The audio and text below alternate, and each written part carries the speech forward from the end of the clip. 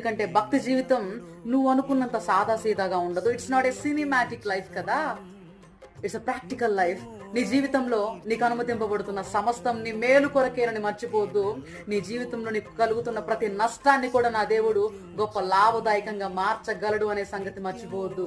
నీ పట్ల దేవునికి కొన్ని ప్రణాళికలు ఉన్నాయి. ఆ ప్రణాళికలో భాగంగానే చెక్కుతున్నాడు నిన్ను. చెక్కనివ్వు, సహకరించు దేవునికి. ఆర్థిక పరిస్థితి, అప్పుల సమస్యల, రకరకాల పరిస్థితుల గుండా ఈ రోజు నువ్వు వెళ్తూ ఉండవచ్చు.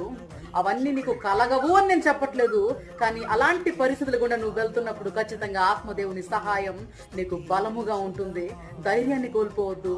ప్రభు యొక్క వాక్యంతో ప్రతి క్షణం సమయాన్ని గడుపు.